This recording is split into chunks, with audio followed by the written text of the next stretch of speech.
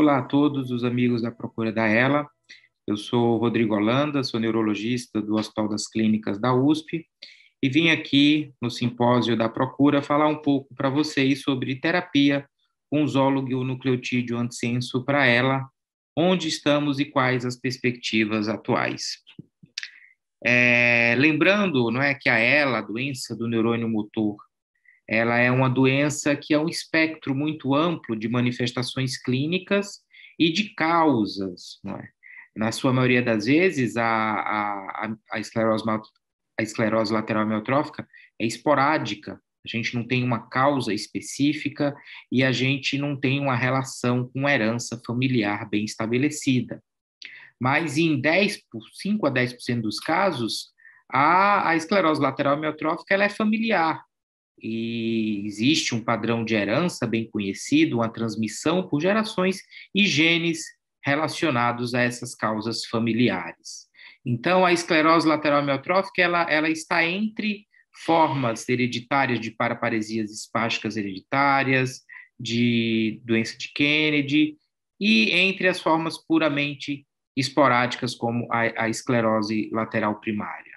Então, a esclerose lateral amiotrófica ela é um espectro muito amplo, desde manifestações clínicas até mesmo de causas.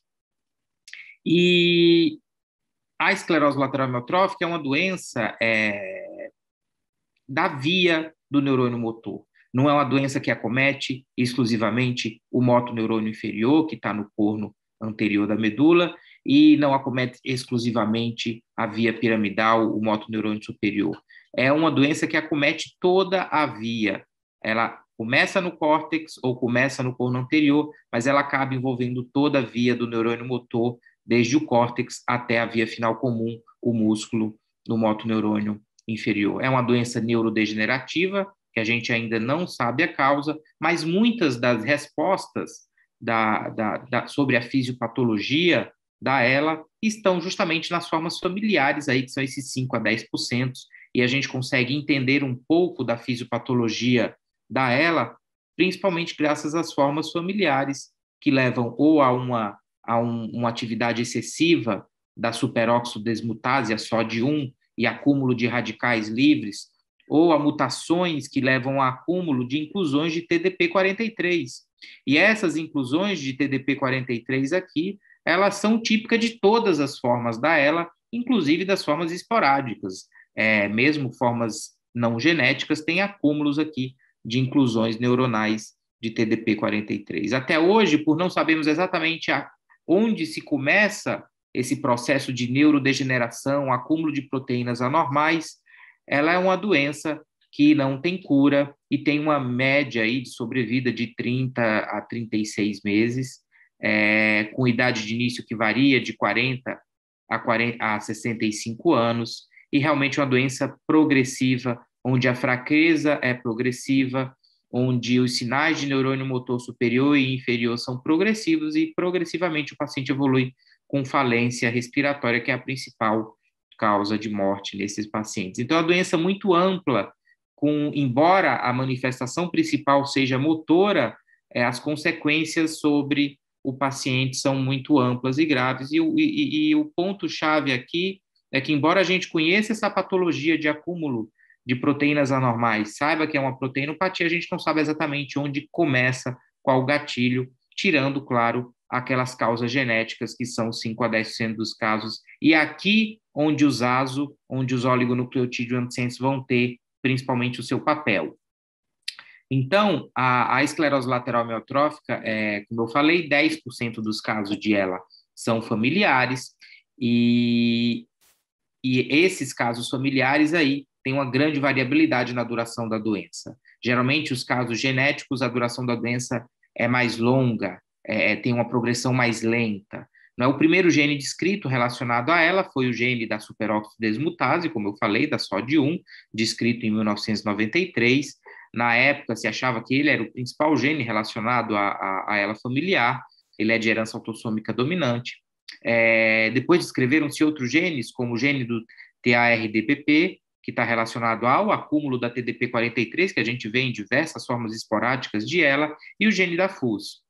E só mais recentemente é que foi se descobrir que a grande maioria dos casos de ELA genética familiar, na realidade, se devem à expansão desse hexanucleotídeo aqui em repetição, que está numa região não decodificante do cromossomo 9, que a gente fala que é uma região em Open Reading Frame. E aí abreviou de C9orf72, ou expansão do cromossomo 9. Hoje se sabe que a maioria das elas familiares se devem à expansão do cromossomo 9. Então, existem diversos genes relacionados a ela familiar, não é? E o interessante é que cada gene desse, ele pode ser alvo de uma terapia genética, de uma terapia por oligonucleotídeo antisense. Eu vou explicar mais à frente como funciona. Então, o mais conhecido deles é o gene da superóxido desmutase, só de um, de herança autossômica dominante, na maioria das vezes, responsável por 10 a 12% das formas de esclerose lateral amiotrófica familiar, mas até 1% das formas esporádicas, que não têm história familiar, também podem se dever à mutação de SOD1. Então, todo paciente com forma esporádica de ela, a gente deve, a partir do momento que esses exames estiverem disponíveis, deve passar a testar, fazer exames moleculares genéticos para pacientes mesmo com formas esporádicas, não é? Como eu falei, os outros genes relacionados, o TARDPP, que leva aos acúmulos de TDP43, FUS, que está muito relacionado à demência frontotemporal, gene da VCP, que está relacionado a uma doença muscular, além da ela, causa miosite por corpo de inclusão, doença de Paget óssea, parkinsonismo, o C9orf aqui, que é importante pela sua prevalência, principalmente nos Estados Unidos, 40% dos casos de ELA familiar são associados à expansão do cromossomo 9 e tem muita relação aqui com a demência frontotemporal. E outros genes mais raros aí. Então, existem mais de 15 genes descritos relacionados às formas familiares de esclerose lateral amiotrófica. Então, quando a gente vai pensar numa causa genética de ELA?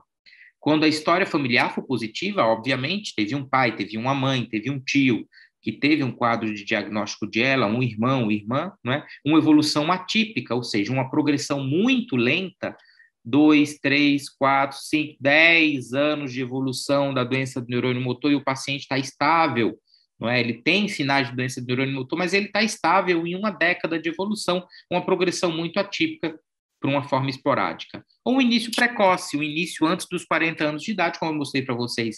Ela se inicia, em média, aí, a partir dos 45 anos aos 65, são com idade média ao redor dos 50 e poucos anos. Iniciar antes dos 40 anos não é típico da ELA esporádica, então a gente tem que pensar em formas familiares. E qual a importância da gente reconhecer, então, essas causas genéticas? São as perspectivas de tratamento que eu vou falar aqui para vocês com os oligonucleotídeos antisense, que já são uma realidade, e os ensaios clínicos aí que estão em andamento, que os pacientes podem ser candidatos. Além disso, saindo das formas puramente familiares, hoje se sabe que as formas esporádicas de ELA, elas têm um fator de risco muito importante reconhecido na genética, que é a expansão aqui a repetição de trinucleotídeos relacionado ao gene da ataxina 2. A repetição de trinucleotídeos no gene da ataxina 2 um nível de expansão aí, um número de expansão relativo se correlacionou com um risco aumentado para a esclerose lateral amiotrófica. Já tem diversos trabalhos comprovando isso. Esse é um trabalho aqui coordenado pelo Al-Shalab, que também colaborador aqui da Procura, e é bem interessante. O que é uma expansão de trinucleotídeo? Não é? CAG. Se vocês lembrarem da genética, o nosso código genético ele é a base de trincas, não é? A cada 3 pares de bases eu codifico um aminoácido. E o CAG, ele codifica o aminoácido glutamina. E expansões de CAG, quando estão dentro da região codificante do gene, essas expansões de CAG vão determinar expansões de poliglutaminas, várias poliglutaminas juntas que vão levar a um defeito na proteína, não é? Então, isso seria a expansão da CAG, e no gene da ataxina 2, se observou que expansões de CAG aí, ao redor de 30, 29, 30, 31, 32, por levar esse aumento dessa cauda de poliglutamina, levou a um risco aumentado de ELA, não é? E esse estudo aqui, já publicado, mostra que diferentes bases de dados já suportam que expansões de CAG no gene da taxina 2 entre 29 e 30 repetições aí, observe aqui, em azul, os pacientes com ELA, e em vermelho, os pacientes controle. Observe como a partir de 29 expansões, eu só tenho praticamente pacientes com ELA, 29, 30, 31, 32 repetições de CAG, praticamente só tenho em pacientes com ELA, não tenho nos controles. Então, as diferentes bases de dados em diferentes países mostraram aí que expansões a partir de repetições, a partir de 29 repetições de CAG no gene da taxina 2, está associado sim a um risco de ELA. E aí esse trabalho plotou esse gráfico aqui de risco relativo bem interessante, né, mostrando realmente de que acima de 29 repetições eu tenho um risco aí maior do que o risco começa a se elevar exponencialmente até 32 repetições de CAG no gene da ataxina 2, podendo chegar até 7 vezes o risco relativo em relação a quem não tem expansão. Então, já está mais do que comprovado do que essa repetição aí elevada entre 29 e 32 repetições de CAG no gene da taxina 2 está relacionada a um maior risco de desenvolver ela esporádica. Guardem essa informação, porque por mais que isso esteja associado a formas esporádicas, essa expansão por ter uma base genética, né, essa repetição de trinucleotídeo, ela pode ser um alvo de terapia, que é o que eu vou mostrar mais à frente.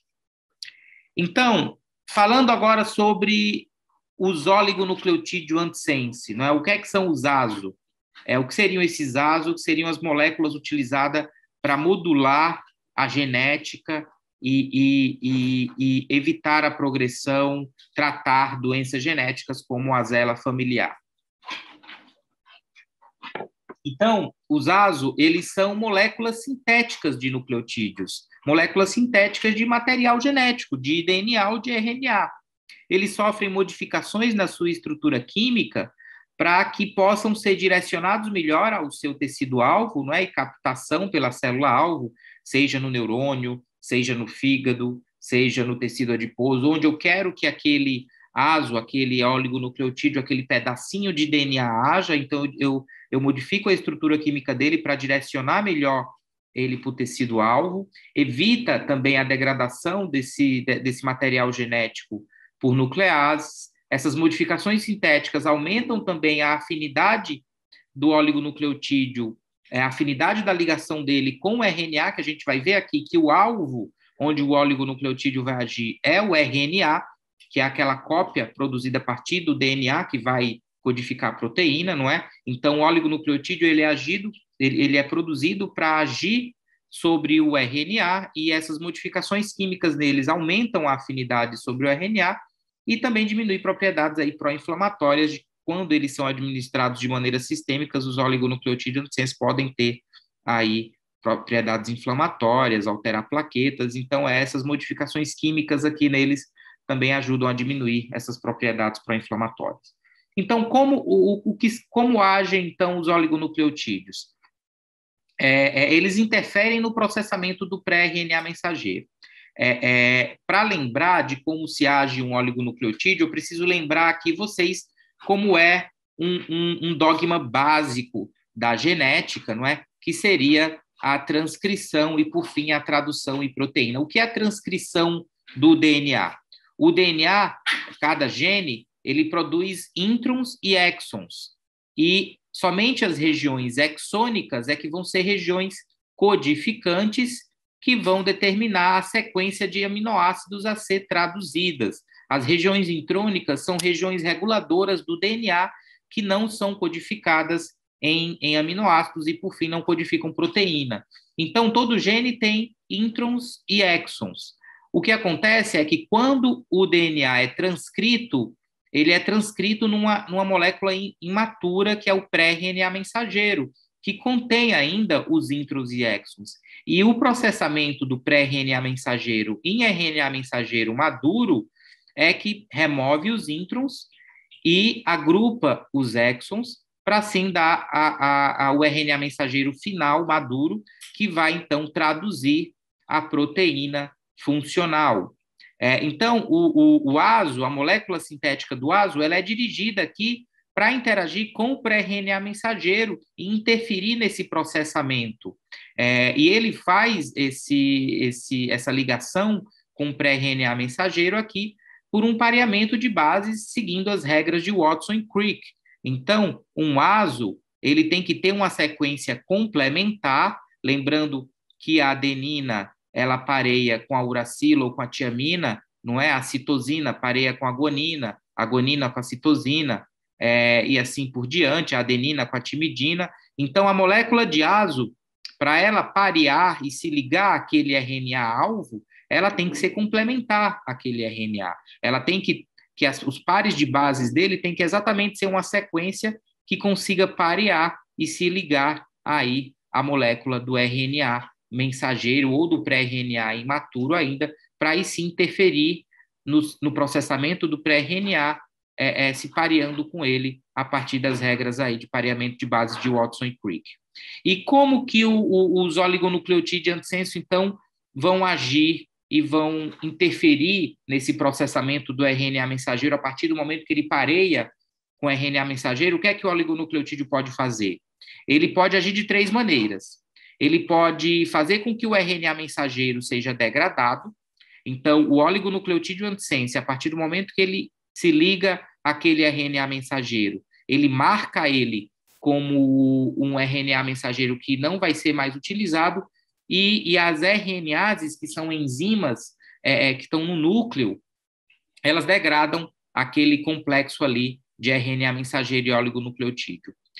Além disso, o RNA mensageiro ele pode promover apenas um bloqueio estérico. Ao ele se ligar ao RNA mensageiro final, o ASO ele bloqueia a ligação do RNA lá no ribossoma, que é onde vai produzir a proteína.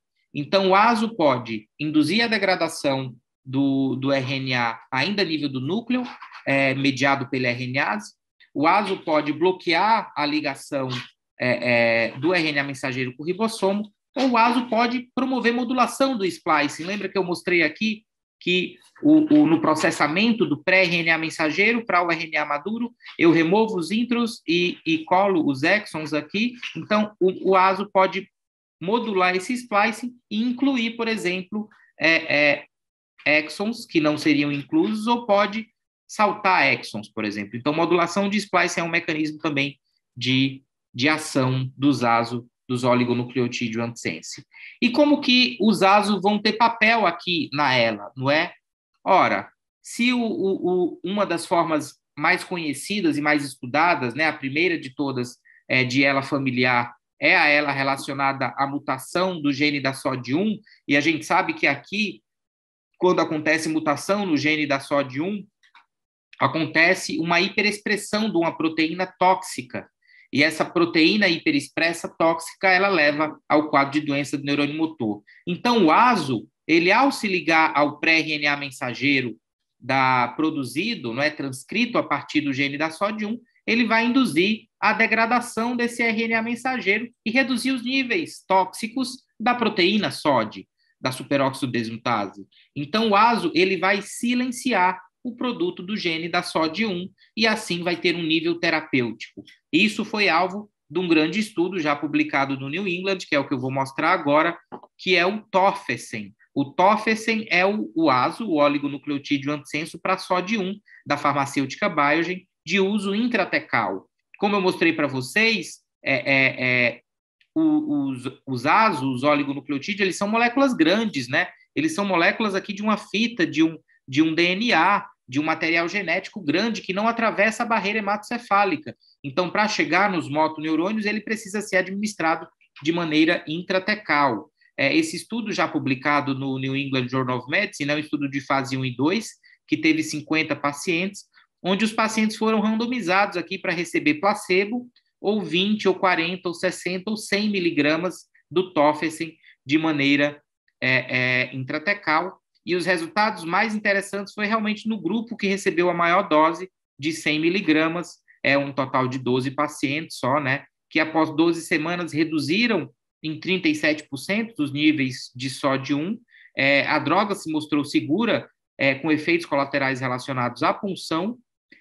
Os pacientes que usaram o Tofersen na dose de 100 miligramas tiveram uma queda de 1 ponto na ALSFRS, que é a escala funcional básica da ELA, né, comparados com o placebo, que tiveram queda aí de 5,3 pontos no mesmo período. Então, agora eu vou mostrar mais detalhes desse estudo, de como ele foi feito, como ele foi desenhado. Então, ele é um estudo de fase 1-2, então, que visa, basicamente, avaliar a segurança da droga e estabelecer uma dose padrão para ser utilizada no estudo da fase 3. Então, os pacientes eles foram randomizados aqui e para receber placebo 20, 40, 60 ou 100 miligramas do Tofersen, e recebiam a dose 1 no dia 1, a dose 2 no dia 15, a dose 3 no dia 29, a dose 4 no dia 57 e a dose 5 no dia 85. Todas essas doses de maneira intratecal. E aí os desfechos primários do estudo era avaliar a incidência de eventos adversos, não é, ou eventos adversos graves, avaliar a incidência de abnormalidades clínicas, laboratoriais, sinais vitais, eletrocardiograma, e os dados de farmacocinética do Tofersen no plasma e no líquor, né? Os endpoints secundários foi a mudança no baseline aqui dos níveis da proteína SOD no líquor. Então, se o mecanismo de ação do Tofersen é silenciar o gene da SOD1, então se espera que haja uma mudança aqui nos níveis licóricos da produção da proteína superóxido desmutase no líquor. Então, a mudança no baseline, a queda dos níveis da proteína foi um dos desfechos, e desfechos exploratórios de eficácia, como avaliação da ALSFRS e da capacidade vital dos pacientes, e mudança também no neurofilamento, foram desfechos exploratórios que eu vou mostrar aqui para vocês. Então, quando a gente olha para os eventos adversos no estudo do Tofersen, os eventos adversos aconteceram em todos os grupos, né, mas os mais comuns foram cefaleia, que aconteceram em 40%, 20%, 40%, 60% nos diferentes grupos aí, inclusive nos pacientes que receberam placebo. Os pacientes que receberam placebo, eles também foram submetidos à punção lombar, e dor relacionada ao procedimento também foi alta, 40%, até 70%, não é? Síndrome de pós-punção lombar aconteceu de 25% aí a 40%. Então, todos esses eventos adversos, cefaleia, dor relacionada ao procedimento, cefaleia pós-punção, não é? Síndrome de pós-punção lombar, são todos efeitos relacionados ao procedimento da aplicação intratecal. E os outros eventos adversos, como dor no braço, na perna, dor no pescoço, tontura, foram eventos adversos aqui baixos e que não parecem ter relação com o tratamento. Realmente, os eventos adversos aqui que se mostraram pronunciados foram os eventos relacionados à aplicação intratecal.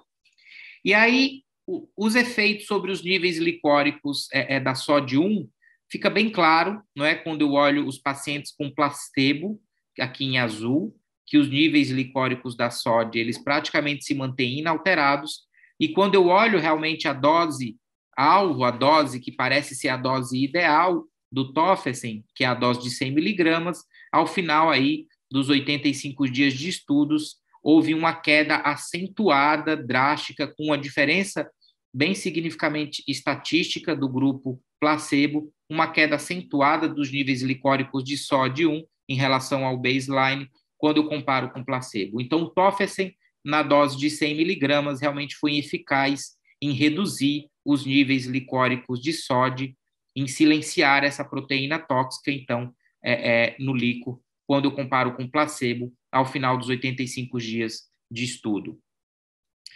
Além disso, os desfechos exploratórios aqui sobre a escala, não é? A ALS-FRS, sobre a capacidade vital forçada, sobre a capacidade pulmonar e sobre um dinamômetro aqui que avaliou força na mão, os desfechos se mostraram mais claros, parece que no grupo naquele subgrupo de progressores rápidos, né? Como foram só 85 dias de avaliação, quando eu olho a mudança aqui total no score da ALS-FRS, ou olho mudança na capacidade vital forçada, ou olho mudança na força do dinamômetro, não tem muita diferença nesses 85 dias entre no geral, nos pacientes entre o grupo placebo e o Tofersen 100 miligramas. Mas quando eu olho aqueles pacientes progressores rápidos, então, são aqueles pacientes que em 85 dias eu consigo ver a progressão da doença, aí sim, nesse grupo de progressores rápidos, eu noto uma diferença marcada entre os dois grupos, entre o grupo que usou placebo e o grupo que usou Tofersen. Aqui o grupo que usou Tofersen 100 miligramas está em laranja e o grupo que usou placebo está em azul. Observe que o efeito sobre a pontuação na ELS-FRS é claro, não é? Os pacientes que usaram placebo perdem aí, tendem a perder em média quase 16 pontos na escala, ao passo que os pacientes que usaram Tofersen se mantêm estáveis, não é? Já sobre a capacidade vital forçada, a tendência é de queda nos dois grupos, mas houve uma queda muito mais pronunciada nos pacientes que usaram placebo, e nos pacientes que em relação ao dinamômetro, a avaliação da força da mão, os pacientes que usaram Tofersen tiveram a tender a ficar estáveis aí, ao final de 92 dias, e os pacientes que usaram o placebo, eles tiveram perda na força da mão avaliada pelo dinamômetro. Então, realmente, a dose de 100 miligramas ela é eficaz, mas nesse curto período de tempo, ela realmente é clara para os pacientes, para o subgrupo de pacientes que são progressores rápidos. E outra coisa que é importante é os efeitos sobre os níveis de neurofilamento, tanto no plasma quanto no líquor. Lembrando que o neurofilamento ele é um marcador de degeneração neuronal.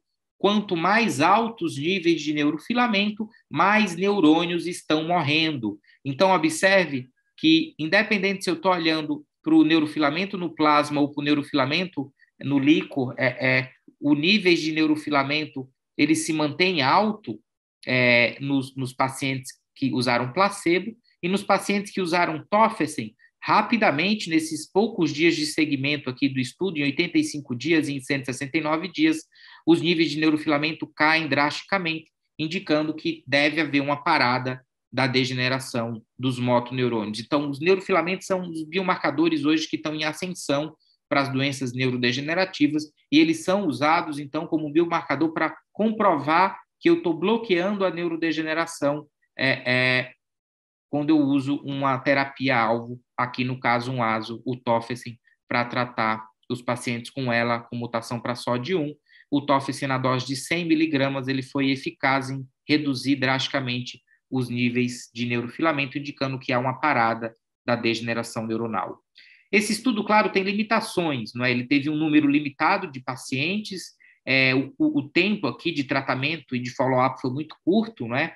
Foram poucos meses de segmento, e os desfechos de eficácia que eu mostrei aqui para vocês, os desfechos na ELS-FRS, os desfechos na capacidade vital, na força da mão avaliada pelo dinamômetro, foram todos desfechos de maneira que foram avaliados de maneira exploratória. O estudo não foi desenhado para avaliar esse desfecho, esse estudo foi desenhado para avaliar a segurança, não é? E escalonar, descobrir a dose melhor do Tofersen para ser usado, então, agora, num estudo de fase 2, randomizado, placebo, não é, duplo cego, que está em andamento, no clinical trial, se vocês colocarem esse número, esse é o número do estudo do Tofersen em fase 3, que está em andamento, e logo mais, acredito que no máximo ano que vem, nós já teremos boas notícias aí da eficácia do Tofersen para SOD1 e logo a sua aprovação, quem sabe sua aprovação aí pelo FDA para uso pelos pacientes.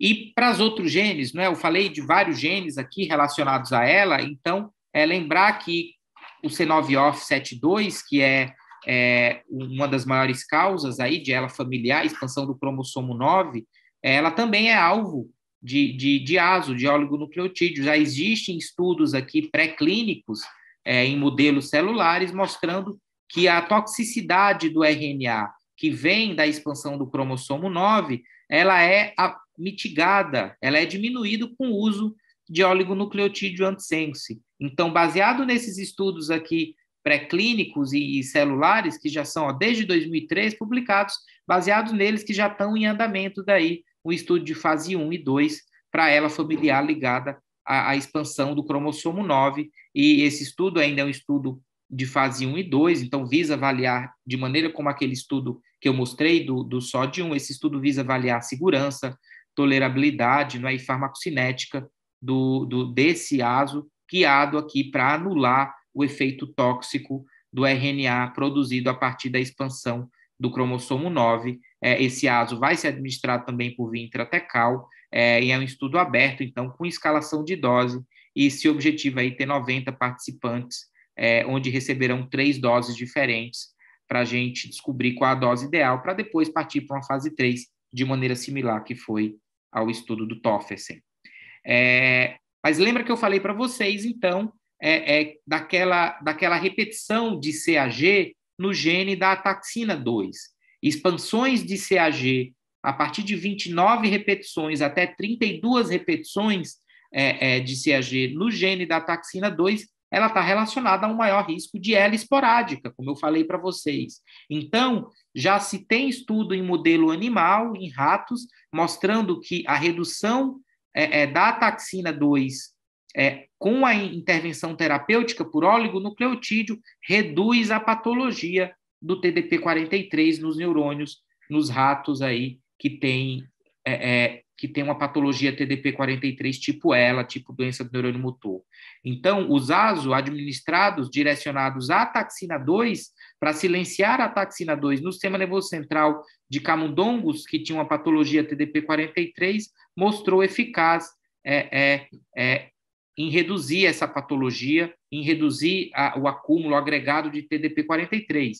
Esse único tratamento também estendeu a sobrevida desses animais de forma marcante. Então, como o agregado de TDP-43 é um componente de quase todos os casos de ELA, o direcionamento à ataxina 2 aí pode representar uma estratégia terapêutica futura amplamente eficaz. Então, essa é a boa novidade para os pacientes que não têm forma familiar de ELA, que tem uma forma esporádica, mas que se sabe que as repetições da ataxina 2 levam a um risco aumentado de ELA, né? Então, direcionar, talvez, um ASO para a ataxina 2 já se mostrou ser eficaz a diminuir a patologia TDP-43 e aumentar a sobrevida desses animais. Então, agora a gente espera o desenho de estudos para que os humanos possam ser candidatos aí e que um ASO possa ser, talvez, uma alternativa terapêutica para as formas esporádicas de ELA. E, por fim, eu gostaria só de mencionar aqui que existem outras maneiras de silenciar os genes, além dos ASO. Além dos oligonucleotídeos antisense, a gente pode suprimir, por exemplo, a superóxido desmutase, a SOD1, com terapia gênica. Já saiu no New England recentemente, então, a supressão da SOD1 com uso de terapia gênica, com um adenovírus associado, que usa microRNA e silencia o SOD1 na ELA familiar. Não é? O que é terapia gênica? Né? Terapia gênica é o tratamento baseado na introdução de genes sadios com o uso de técnica de DNA recombinante. Não é? Então, você coloca um transgene que tem um promotor que vai induzir a produção daquele gene, e você coloca esse transgene num vetor viral, e esse vetor viral, na maioria das vezes, nos seres humanos, o ideal é um adenovírus associado, e ao injetar esse vetor viral nos seres humanos, você vai produzir o seu efeito terapêutico. Você pode ter aqui a terapia gênica induzindo, colocando um gene que está faltando, não é?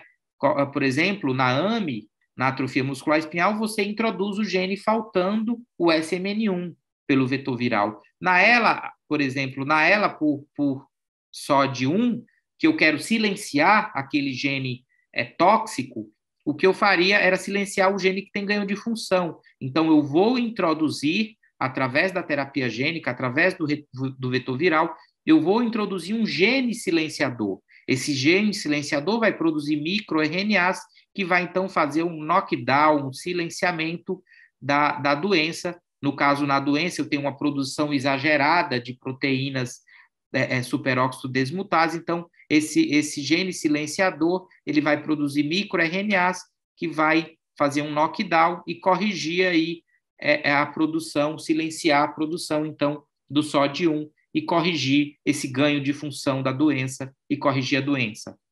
Essa terapia, que em teoria, na teoria, ela parece funcionar bem, mas na prática nós não sabemos ainda como é o esquema ideal para ser administrado. Então, esse trabalho publicado no New England foi um estudo experimental com 2 pacientes, onde a terapia gênica, o vetor viral, o adenovírus 9 associado, foi injetado de maneira intratecal, né, e um dos pacientes evoluiu a óbito, porque o primeiro paciente, aqui no caso vocês veem que ele tem uma progressão rápida da doença, rapidamente, após a injeção do adenovírus, ele perde a capacidade vital, ele perde pontos na ALS-FRS rapidamente, porque esse paciente ele evoluiu com uma mielorradiculite, com a meningorradiculite, com inflamação, com um processo inflamatório reacional ao vírus. Então, o paciente 2 teve esse efeito atenuado pela imunossupressão. Então, quando eles usaram a terapia gênica no paciente 1, que ele deu esse efeito inflamatório exacerbado, eles aprenderam que no paciente 2 eles precisariam usar aí uma imunossupressão para atenuar esse efeito inflamatório desencadeado pelo vírus, e observe que o paciente 2 ele ficou estável na capacidade vital forçada, ele ficou estável na escala funcional da ELA. Mas no paciente que foi a óbito, mesmo que ele tenha tido aquele efeito colateral grave relacionado à inflamação do vírus, não é? O paciente 1, ele teve aí silenciado o gene SOD1, ele teve os níveis aqui, quando a gente compara com o controle, não é? Os níveis da SOD1 foram silenciados, diminuídos drasticamente quando comparado com controles, e sim, o medicamento foi eficaz em agir, em silenciar a SOD1, por mais que teve efeitos colaterais aí, que estão aprendendo a usar essa terapia. Não é? Tanto é que esse paciente, quando a gente olha para o corno anterior da medula dele, no lado direito aqui, o paciente teve morte de neurônio, mas no lado esquerdo houve uma preservação relativa dos motoneurônios no corno anterior da medula, nesse paciente que evoluiu a óbito, mostrando que o tratamento teve uma eficácia relativa, entretanto, o paciente teve complicações que culminaram com seu óbito. Então, o que é que a gente sabe sobre terapias futuras? Não é que nenhuma terapia dessas ainda é uma cura definitiva, não é? Estacionar a doença já parece ser um grande benefício. Quanto mais precoce o tratamento a gente iniciar, melhor. A gente sabe isso da atrofia muscular espinhal, que é outra doença do neurônio motor. Então, a gente precisa de biomarcadores para um diagnóstico precoce, precisa de biomarcadores para acompanhar o tratamento, como o neurofilamento, não é? Existem vários ensaios clínicos em andamento, como eu mostrei a vocês, a fase 3 do Tofersen, a fase 1, 2 do C9orf72, e quando esses tratamentos estiverem disponíveis para a forma genética, vai ser obrigatório a gente testar aí e fazer exames moleculares para testar causas genéticas para ela. A gente sabe que essas terapias têm um elevadíssimo custo, os ASO para outras doenças têm custos aí de $210 mil, não é? A milhões de dólares por ano de tratamento. A gente não sabe ainda como seria o efeito a longo prazo, não é? Esses pacientes precisarão de doses contínuas, não é? E a terapia gênica aqui, esses relatos de caso, se mostrou promissor, pode ser uma dose única, mas a gente não sabe quanto tempo vai durar, a gente não sabe ainda bem como manejar os efeitos colaterais, a necessidade de usar imunossupressão na terapia gênica adiciona um risco maior ao tratamento. Então, a gente é uma área que está em franca expansão e a gente está aprendendo dia a dia com as publicações, mas notícias boas chegam cada dia. Era isso que eu tinha para falar. Obrigado e até mais.